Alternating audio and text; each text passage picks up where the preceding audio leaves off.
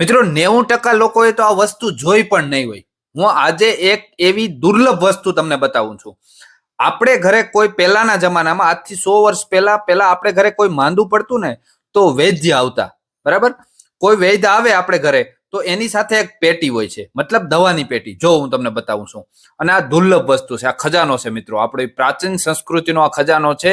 એ જો અહીંયા જો અલગ અલગ કાચની બોટલો છે, આ કાચની બોટલોમાં અલગ અલગ ભસ્મ રહેતી, અને ભસ્મના મિશ્રણ કરી અલગ અલગ દવાઓના મિશ્રણ કરી અને વૈદ આપણને દવા આપતા, અને તાત્કાલિક એ લોકો સાજા. એટલું આયુર્વેદ આપણું મહાન હતું.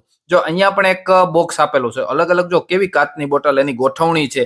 આ પેટી લગભગ ઘણા લોકોએ નહીં જ જોઈ હોય. અહીંયા પણ એક નાનો એવો લોક આપ્યો છે, જો હું તમને બતાવું છું.